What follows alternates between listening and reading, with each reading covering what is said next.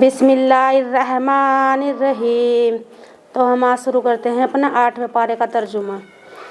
यदि हम उनकी ओर फरिश्ते भी उतार देते और मुर्दे भी उनसे बातें करने लगते और प्रत्येक चीज़ उनके सामने लाकर इकट्ठा कर देते तो वे भी ईमान न लाते, बल्कि अल्लाह ही का चाहत क्रियान्वित है, परंतु उनमें से अधिकतर लोग अज्ञानता से काम लेते हैं। और इसी प्रकार हमने मनुष्यों और जिन्नों में से शैतानों को प्रत्येक नबी का शत्रु बनाया, जो चिकनी चुपड़ी बात एक दूसरे के मन में डालकर धोखा देते थे। यदि तुम्हारा रब चाहता तो वे ऐसा न कर सकते। अब छोड़ो उन्हें और उनके मिथ्यारोपण को, और ताकि जो लोग परलोक नहीं मानते उनके दिल उसकी ओर झुके, और ताकि वे उसे पसंद कर ले, और ताकि जो कमाई उन्हें करनी है कर ले। अब क्या मैं अल्लाह के सिवा कोई और निर्णय ढूंढूं? हालांकि वही है जिसने तुम्हारी ओर किताब अवतरित की है, जिसमें बातें खोल खोल कर बता दी गई है। और जिन लोगों को हमने किताब प्रदान की थी वे भी जानते हैं कि ये तुम्हारे रब की ओर से हक के साथ अवतरित हुई है। तो तुम कदापि संदेह में न पड़ना। तुम्हारे रब की बात सच्चाई और इंसाफ के साथ पूरी हुई, कोई नहीं जो उसकी बातों को बदल सके, और वह सुनता जानता है। और धरती में अधिकतर लोग ऐसे हैं कि यदि तुम उनके कहने पर चले तो वे अल्लाह के मार्ग से तुम्हें भटका देंगे। वे तो केवल अटकल के पीछे चलते हैं और वे नीरे अटकल ही दौड़ाते हैं। निसंदेह तुम्हारा रब उसे भली भांति जानता है जो उसके मार्ग से भटकता है, और वे उन्हें भी जानता है जो सीधे मार्ग पर है। अतः जिस पर अल्लाह का नाम लिया गया हो उसे खाओ, यदि तुम उसकी आयतों को मानते हो। और क्या आपत्ति है कि तुम उसे न खाओ जिस पर अल्लाह का नाम लिखा गया हो, बल्कि जो कुछ चीज़ें उसने तुम्हारे लिए हराम कर दी है उनको उसने रिश्ता पूर्वक तुम्हें बता दिया है। ये और बात है कि उसके लिए कभी तुम्हें विवश होना पड़े, परंतु अधिकतर लोग तो ज्ञान के बिना केवल अपनी इच्छाओं, गलत विचारों के द्वारा पथ भ्रष्ट करते रहते हैं। निसंदेह तुम्हारा रब मर्यादाहीन लोगों को भली भांति जानता है। छोड़ो खुले गुनाहों को भी और छिपे को भी। निश्चय ही गुनाह कमाने वाले को उसका बदला दिया जाएगा जिस कमाई में वे लगे रहे होंगे। और उसे न खाओ जिस पर अल्लाह का नाम ना लिया गया हो, निश्चय ही वह तो आज्ञा का उल्लंघन है। शैतान तो अपने मित्रों के दिलों में डालते हैं कि वे तुमसे झगड़े। यदि तुमने उनकी बात मान ली तो निश्चय ही तुम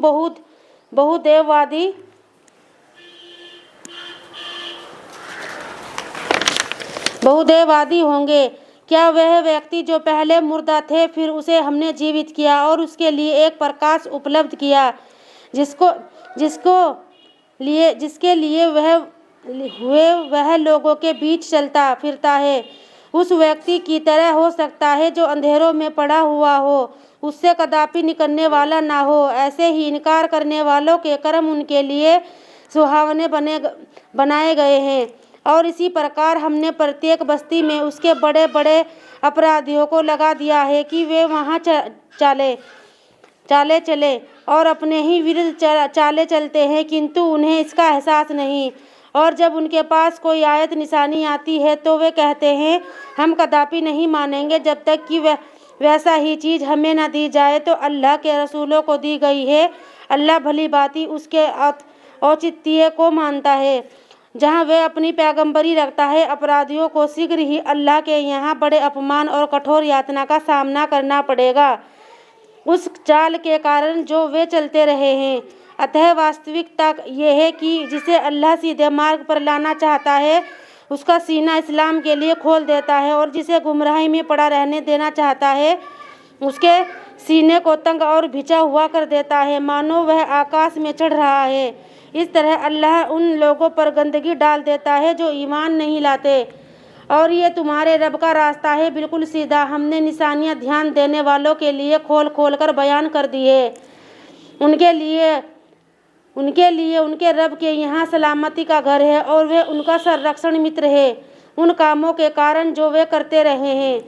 और उस दिन को याद करो जब वह उन सबको घेर कर इकट्ठा कहेगा, ए जिन्नों के गिरोह, तुमने तो मनुष्य पर खूब हाथ साफ किया और मनुष्य में से जो उनके साथी रहे होंगे कहेंगे, हमारे रब, हमने आपस में एक दूसरे से लाभ उठाया और अपने उस नियत समय को पहुँच गए जो तूने हमारे लिए ठहराया था। वह कहेगा, आग नरक तुम्हारा ठिकाना है, उसमें तुम्हें सदैव रहना है। अल्लाह का चाहा ही क्रियान्वित है, निश्चय ही तुम्हारा रब तत्वदर्शी सर्वज्ञ है। इसी प्रकार हम अत्याचारियों को एक दूसरे के लिए नरक का साथी बना देंगे उस कमाई के कारण जो वे करते रहे थे। ऐ जिन्नों और मनुष्यों के गिरोह, क्या तुम्हारे पास तुम्ही में से रसूल नहीं आए थे जो तुम्हें मेरी आयतें सुनाते और इस दिन के पेश आने से तुम्हें डराते थे? वे कहेंगे, क्यों नहीं, रसूल तो आए थे, हम स्वयं अपने विरुद्ध गवाह हैं। उन्हें तो सांसारिक जीवन ने धोखे में रखा, मगर अब वे स्वयं अपने विरुद्ध गवाही देने लगे कि वे इनकार करने वाले थे।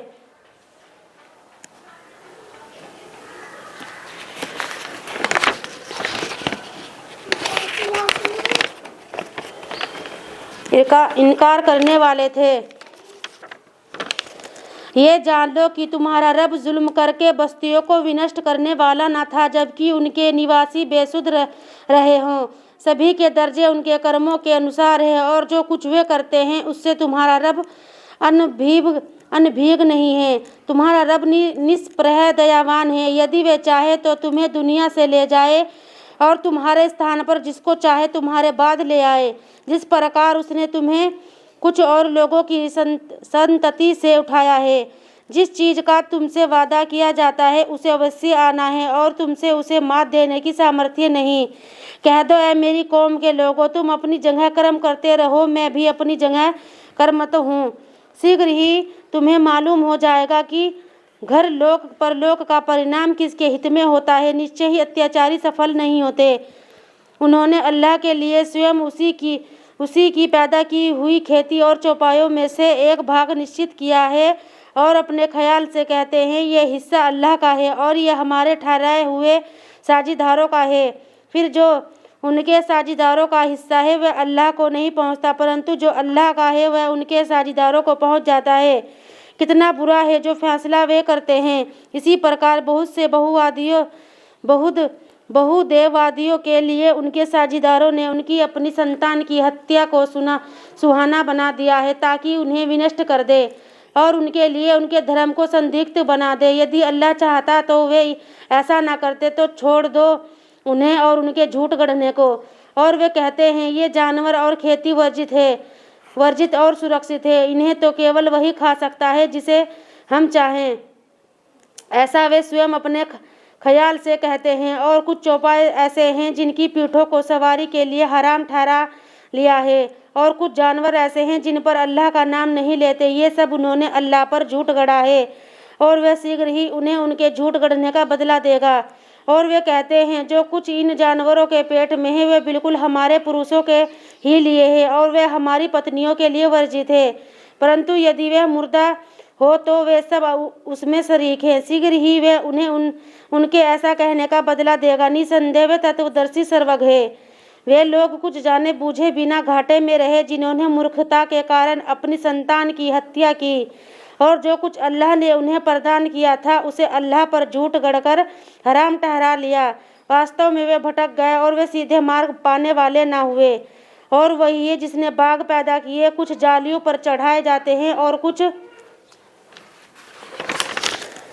कुछ नहीं चढ़ाए जाते, और खजूर और खेती भी जिनकी पैदावार विभिन्न प्रकार की होती है, और जैतून और अनार जो एक दूसरे से मिलते जुलते भी हैं और नहीं भी मिलते हैं। जब वह फल दे तो उसका फल खाओ और उसका हक अदा करो जो उस फसल की कटाई के दिन वाजिब होता है, और हद से आगे ना बढ़ो क्योंकि वह हद से आगे बढ़ने वाले को पसंद नहीं करता।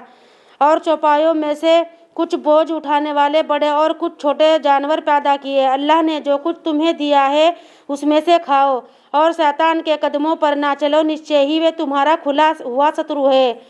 8 नर मादा पैदा किए, 2 भेड़ की जाति से और 2 बकरी की जाति से। कहो, क्या उसने तुम दोनों नर हराम किए हैं या दोनों मादा, या उसको जो इन दोनों मादा के पेट में हो? किसी ज्ञान के आधार पर मुझे बताओ यदि तुम सच्चे हो। और 2 ऊँट की जाति से और 2 गाय की जाति से। कहो क्या उसने दोनों नर हराम किए हैं या दोनों मादा, या उसको इन दोनों मादा के पेट में हो, या तुम उपस्थित थे जब अल्लाह ने तुम्हें इसका आदेश दिया था। फिर उस व्यक्ति से बढ़कर अत्याचारी कौन होगा जो लोगों को पथभ्रष्ट करने के लिए अज्ञानता पूर्वक अल्लाह पर झूठ गढ़े। निश्चय ही अल्लाह अत्याचारी लोगों को मार्ग नहीं दिखाता। कह दो जो कुछ मेरी और प्रकाशना की गई है उसमें तो मैं नहीं पाता कि किसी खाने वाले पर उसका कोई खाना हराम किया गया हो, सिवाय इसके कि वह मुर्दार हो या बहता हुआ रक्त हो या सूअर का मांस हो, कि वह निश्चय ही नापाक है, या वह चीज़ जो मर्यादा से हटी हुई हो जिस पर अल्लाह के अतिरिक्त किसी और का नाम लिया गया हो। इस पर भी जो बहुत विवश और लाचार हो जाए परंतु वह अवज्ञाकारी ना हो और ना हद से आगे बढ़ने वाला हो, तो निश्चय ही तुम्हारा रब अत्यंत क्षमाशील दयावान है। और उन लोगों के लिए जो यहूदी हुए हमने नाखून वाला जानवर हराम किया था और गाय और बकरी में से इन दोनों की चर्बियाँ उनके लिए हराम कर दी थी, सिवाय उस चर्बी के जो उन दोनों के पीठों या आंतों से लगी हुई या हड्डी से मिली हुई हो। ये बात ध्यान में रखो, हमने उन्हें उनकी सरकशी का बदला दिया था और निश्चय ही हम सच्चे हैं। फिर यदि वे तुम्हें झुठलाएं तो कह दो तुम्हारा रब अपाक दयालुता वाला है और अपराधियों से उसकी यातना नहीं फिरती। बहुदेववादी कहेंगे यदि अल्लाह चाहता तो ना हम साझीदार ठहराते और ना हमारे पूर्वज ही, और ना हम किसी चीज़ को बिना अल्लाह के आदेश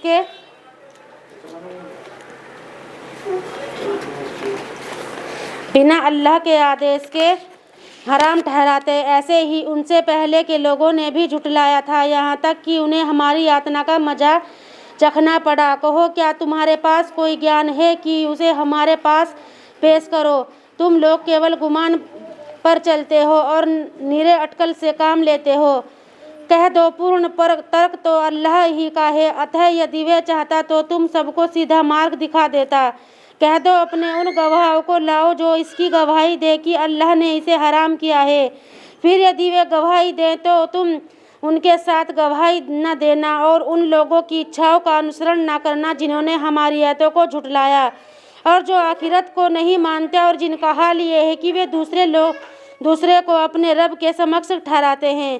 कह दो आओ मैं तुम्हें सुनाऊं कि तुम्हारे रब ने तुम्हारे ऊपर क्या पाबंदियां लगाई हैं। यह कि किसी चीज़ को उसका साझीदार ना ठहराओ और माँ बाप के साथ सद्व्यवहार करो और निर्धनता के कारण अपनी संतान की हत्या ना करो। हम तुम्हें भी रोजी देते हैं और उन्हें भी। और अश्लील बातों के निकट न जाओ, चाहे वह खुली हो या छिपी हुई हो, और किसी जीव के जिसे अल्लाह ने आदरणीय ठहराया है हत्या ना करो। ये और बात है कि हक के लिए ऐसा करना पड़े। ये बात है जिनकी ताकीद उसने तुम्हें की है, शायद कि तुम बुद्धि से काम लो। और अनाथ के धन को हाथ ना लगाओ, किंतु ऐसे तरीके से जो उत्तम हो, यहाँ तक कि वह अपनी युवावस्था को पहुँच जाए। और इंसाफ के साथ पूरा नापो और तोलो। हम किसी व्यक्ति पर उसी काम की जिम्मेदारी का बोझ डालते हैं जो उसकी सामर्थ्य में हो। और जब बात कहो तो न्याय की कहो, चाहे मामला अपने नातेदार ही का क्यों ना हो, और अल्लाह की प्रतिज्ञा को पूरा करो। ये बातें हैं जिनकी उसने तुम्हें ताकीद की है। आशा है तुम ध्यान रखोगे। और यह कि यही मेरा सीधा मार्ग है तो तुम इसी पर चलो और दूसरे मार्गों पर ना चलो कि वे तुम्हें उसके मार्ग से हटाकर इधर उधर कर देंगे। ये वे बात है जिसकी उसने तुम्हें ताकीद की है ताकि तुम पथभ्रष्टता से बचो।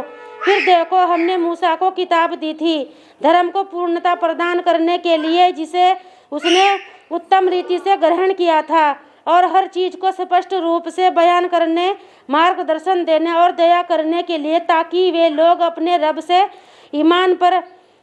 रब से मिलने पर ईमान लाए। और यह किताब भी हमने उतारी है जो बरकत वाली है, तो तुम इसका अनुसरण करो और डर रखो ताकि तुम पर दया की जाए, कि कहीं ऐसा न हो कि तुम कहने लगो किताब तो केवल हमने पहले के दो गिरोह पर उतारी गई थी और हमें तो उनके पढ़ने पढ़ाने की खबर तक न थी। या ये कहने लगो यदि हम पर किताब उतारी गई होती तो हम उनसे बढ़कर सीधे मार्ग पर होते। तो अब तुम्हारे पास तुम्हारे रब की ओर से एक स्पष्ट प्रमाण मार्गदर्शन और दयालुता आ चुकी है।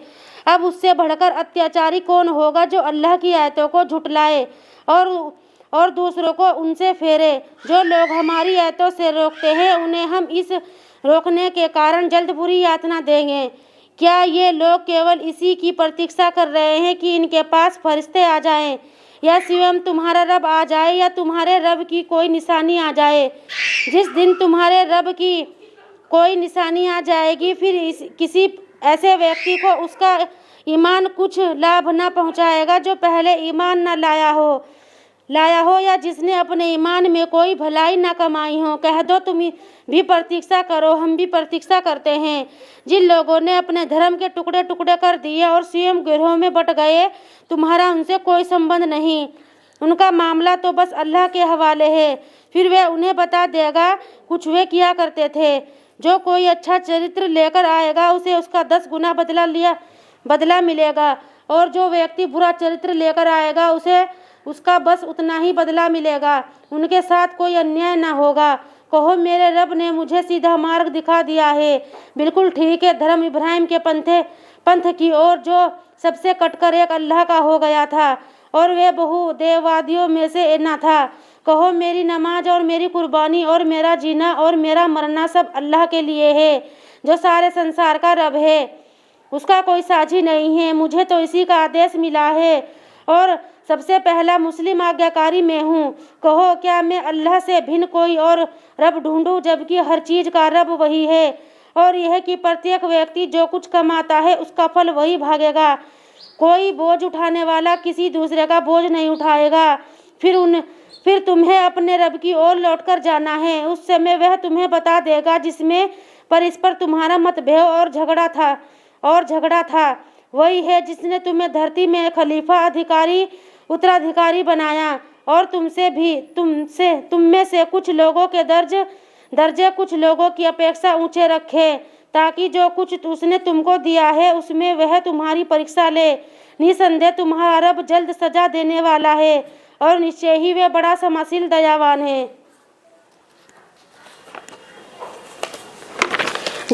है। अल्लाह के नाम से जो बड़ा कृपाशील अत्यंत दयावान है। अलिफ लाम मीम साद। ये किताब है जो तुम्हारी ओर उतारी गई है, अतः इससे तुम्हारे सीने में कोई तंगी ना हो, ताकि तुम इसके द्वारा सचेत करो। और ये ईमान वालों के लिए एक प्रबोधन याद दहानी है। जो कुछ तुम्हारे रब की ओर से तुम्हारी ओर अवतरित हुआ है उस पर चलो और उसे छोड़कर तुम्हारे सरंक्षक मित्रों का अनुसरण ना करो। तुम लोग नसीहत थोड़े ही मानते हो। कितनी ही बस्तियां थी जिन्हें हमने विनष्ट कर दिया, उन पर हमारी यातना रात को सोते समय आ पहुंची या दिन दहाड़े आई, जबकि वे दोपहर में विश्राम कर रहे थे। जब उन पर हमारी यातना आ गई तो इसके सिवा उनके मुंह से कुछ न निकला कि वे पुकार उठे, वास्तव में हम अत्याचारी थे। अतः हम उन लोगों से अवश्य पूछेंगे जिनके पास रसूल भेजे गए थे, और हम रसूलों से भी अवश्य पूछेंगे। फिर हम पूरे ज्ञान के साथ उनके सामने सब बयान कर देंगे। हम कहीं गायब नहीं थे और बिल्कुल पक्का सच्चा वजन उसी दिन होगा। अतः जिनके कर्म वजन में भारी होंगे वही सफलता प्राप्त करेंगे, और वे लोग जिनके कर्म वजन से हल्के होंगे तो वही लोग हैं जिन्होंने अपने आप को घाटे में डाला, क्योंकि वे हमारी आयतों का इनकार और अपने ऊपर अत्याचार करते रहे। और हमने धरती में तुम्हें अधिकार दिया और उसमें तुम्हारे लिए जीवन सामग्री रखी। तुम कृतज्ञता थोड़े ही दिखलाते हो। हमने तुम्हें पैदा करने का निश्चय किया, फिर तुम्हारा रूप बनाया। फिर हमने फरिश्तों से कहा आदम को सजदा करो, तो उन्होंने सजदा किया सिवाय इब्लीस के। वह इब्लीस को सजदा करने वालों में से ना हुआ। कहा तुझे किसने सजदा करने से रोका जबकि मैंने तुझे आदेश दिया था? बोला मैं उससे अच्छा हूँ। तूने मुझे अग्नि से बनाया है और उसे मिट्टी से बनाया। कहा उतर जा यहाँ से, तुझे कोई हक नहीं है कि यहाँ घमंड करे, तो अब निकल जा, निश्चय ही तू अपमानित है। बोला मुझे मोहलत दे जबकि लोग उठाए जाएंगे। कहा, निसंदेह तुझे मोहलत है। बोला, अच्छा, इस कारण कि तूने मुझे गुमराही में डाला है। मैं भी तेरे सीधे मार्ग पर उनके लिए घात में अवश्य बैठूंगा, फिर उनके आगे और उनके पीछे और उनके दाएं और उनके बाएं से उनके पास आऊंगा और तू उनमें अधिकतर को कर्तव्य ना पाएगा। कहा, निकल जा यहाँ से। निंदित ठुकराया हुआ उनमें से जिस किसी ने भी तेरा अनुसरण किया, मैं अवश्य तुम सबसे जहन्नम को भर दूंगा। और ए आदम, तुम और तुम्हारी पत्नी दोनों जन्नत में रहो, बसो, फिर जहाँ से चाहो खाओ, लेकिन इस वृक्ष के निकट न जाना, अन्यथा अत्याचारियों में से हो जाओगे। फिर शैतान ने दोनों को बहकाया ताकि उनकी शर्म गाहों को जो उन दोनों के छिपी थी उन दोनों के सामने खोल दे। और उसने इब्लीस ने कहा, तुम्हारे रब ने तुम दोनों को इस वृक्ष से रोका है तो केवल इसलिए कि ऐसा ना हो कि तुम कहीं फरिश्ते हो जाओ या कहीं ऐसा ना हो कि तुम्हें अमरता प्राप्त हो जाए। और उसने उन दोनों के आगे कसमें खाई कि निश्चय ही मैं तुम दोनों का हितैषी हूँ। इस प्रकार धोखा देकर उसने उन दोनों को झुका लिया। अंततः जब उन्होंने उस वृक्ष का स्वाद लिया तो उनकी शर्मगाहें एक दूसरे के सामने खुल गई और वे अपने ऊपर बाग के पत्ते जोड़कर रखने लगे। तब उनके रब ने उन्हें पुकारा, क्या मैंने तुम दोनों को इस वृक्ष से रोका नहीं था और तुम में से कहा नहीं था कि शैतान तुम्हारा खुला शत्रु है? दोनों बोले, हमारे रब, हमने अपने आप पर अत्याचार किया। अब यदि तूने हमें क्षमा ना किया और हम पर दया ना दर्शाई, फिर तो हम घाटा उठाने वाले में से होंगे। कहा, उतर जाओ, तुम परस्पर एक दूसरे के शत्रु हो और एक अवधि तुम्हारे लिए धरती में ठिकाना और जीवन सामग्री है। कहा, वहीं तुम्हें जीना और वहीं तुम्हें मरना है और उसी में से तुमको निकाला जाएगा। ऐ आदम की संतान, हमने तुम्हारे लिए वस्त्र उतारा है कि तुम्हारी शर्मगाहों को छुपाए और रक्षा और शोभा का साधन हो, और धर्म परायणता का वस्त्र, वह तो सबसे उत्तम है। यह अल्लाह की निशानियों में से एक है ताकि वे ध्यान दें। ऐ आदम की संतान, कहीं शैतान तुम्हें बहकावे में न डाल दे, जिस प्रकार उसने तुम्हारे माँ बाप को जन्नत से निकलवा दिया था। उनके वस्त्र उनसे उतरवा दिए थे ताकि उनकी शर्मगाहें एक दूसरे के सामने खोल दें। निसंदेह वे और उसका गिरोह उस स्थान से तुम्हें देखता है जहाँ से तुम उन्हें नहीं देखते। हमने तो शैतानों को उन लोगों का मित्र बना दिया है जो ईमान नहीं रखते, और उनका हाल यह है कि जब वे लोग कोई अश्लील कर्म करते हैं तो कहते हैं कि हमने अपने बाप दादा का इस तरीके पर पाया है और अल्लाह ही ने हमें इसका आदेश दिया है। कह दो, अल्लाह कभी अश्लील बातों का आदेश नहीं दिया करता। क्या अल्लाह पर थोपकर ऐसी बात कहते हो जिसका